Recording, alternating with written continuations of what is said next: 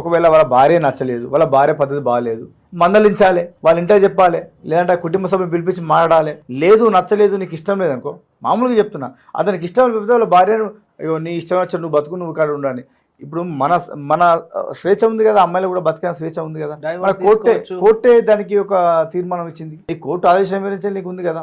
నువ్వెవరు ఒక వ్యక్తిని మన ఇంట్లో మన భార్య అయినా, తల్లి అయినా, తండ్రి అయినా, ఎవరైనా ఇంకో వ్యక్తిని వ్యక్తిని మనసు బాధ పెట్టే పని కానీ, మాట కానీ అనే రైట్స్ అర్హత మనకు లేదు. ఇంత దారుణమా?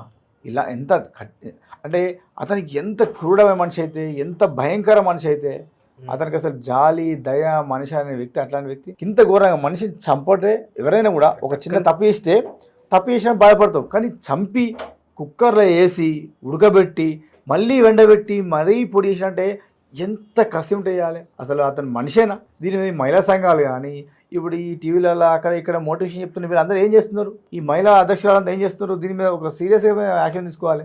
సరే మహిళలు ఏదో తెలుసో తెరవో ముష్ట జరగచ్చు, పొరపాటు జరగచ్చు, కూర్చొని సర్ది చెప్పుకోవాలి కదా. నీకు ఇష్టం లేకపోతే నువ్వు వదిలేయచ్చు. ఇలాంటి దారుణం చేస్తే రేపు వాళ్ళ పరిస్థితి ఏంది? ఆమె కన్నా వాళ్ళ అమ్మ నాన్న ఎలా ఈ రోజులలో ఒక ఆడ కూతుర్ని ఎవరికైనా ఇచ్చి పెళ్లి చేయాలని ఎలాంటి భయం వేస్తుంది?